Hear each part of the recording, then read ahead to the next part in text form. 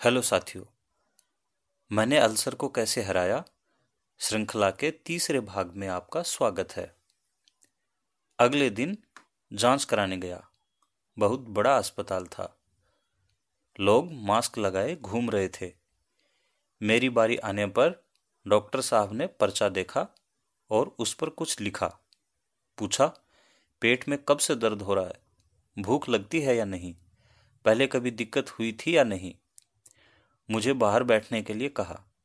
फिर मेरे भाई से बातचीत करने लगे। भाई के माथे पर चिंता की लकीरें नजर आ रही थी। वह मेरे पास आया तो मैंने उसे हिम्मत बंधाई।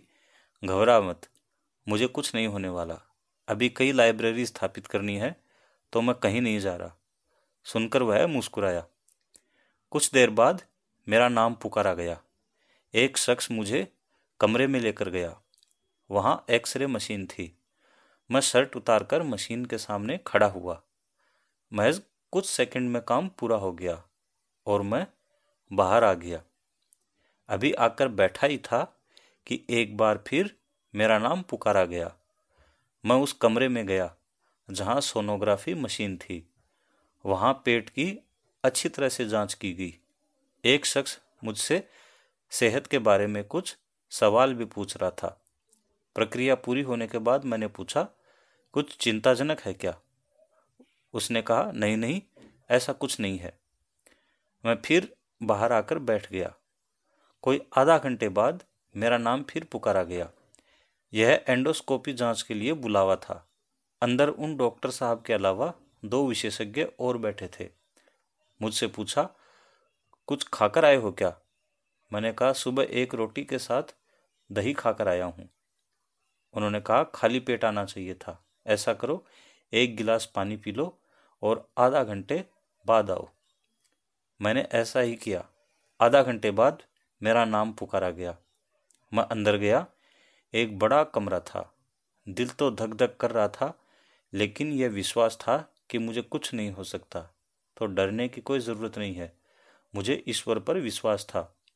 वहाँ मुझे एक जगह बाईं करवट लेकर लेटने के लिए कहा। फिर बाएं हाथ पर एक इंजेक्शन लगाया। उसके असर से तुरंत बेहोशी छा गई। कुछ मिनटों बाद होश आया तो खुद को एक सोफे पर लेटा पाया। सामने मेरा भाई बैठा था। मैंने पूछा, मैं यहाँ कैसे आ गया? तो उसने कहा, अभी कुछ समय पहले यहाँ लिटा दिया गया था। फिर बताया, मैं हल्की बेहोशी की हालत में कुछ ऐसा बोल रहा था जिसे सुनकर उसे बहुत हंसी आई। भाई के एक हाथ में फाइल थी। डॉक्टरों ने बताया कि मुझे अल्सर है। रिपोर्ट में सबसे नीचे लिखा था, ड्यूओडेनल अल्सर फॉरेस्ट क्लास 3rd। साथ ही दवाइयाँ लिखी जो इस प्रकार नजर आई, tab, Pantocid, HP kit, TAB PANTOCID, HP KIT। और उसके अलावा एक दवा थी, टैब डोम DT 20 mg, TAB DOM DT 20 mg। ये दवाइयाँ एक पखवाड़े के लिए थी। उसके बाद बाकी दवाइयाँ ये थीं, cap, Pantocid, DSR, CAP PANTOCID DSR। और दूसरी दवा थी पेंटोसिड PANTOCID 40 यानी 40 mg। मुझे पर्चे पर यही नाम समझ में आए। डॉक्टर साहब अपने ज्ञान में तो पारंगत थे, लेकिन उन्हें स्कूली दिनों में लिखावट सुधारने के लिए सख्ती बरतने वाला शिक्षक नहीं मिला होगा। अभी बेहोशी की दवा का कुछ असर था।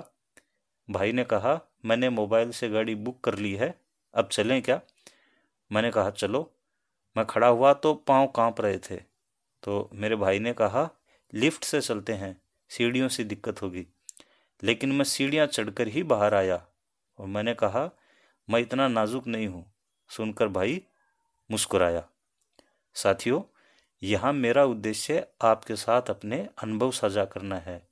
अगर आपको भी अल्सर या कोई और स्वास्थ्य समस्या है तो कृपया चिकित्सक से सलाह ज़रूर लें। बहुत बहुत धन्यवाद।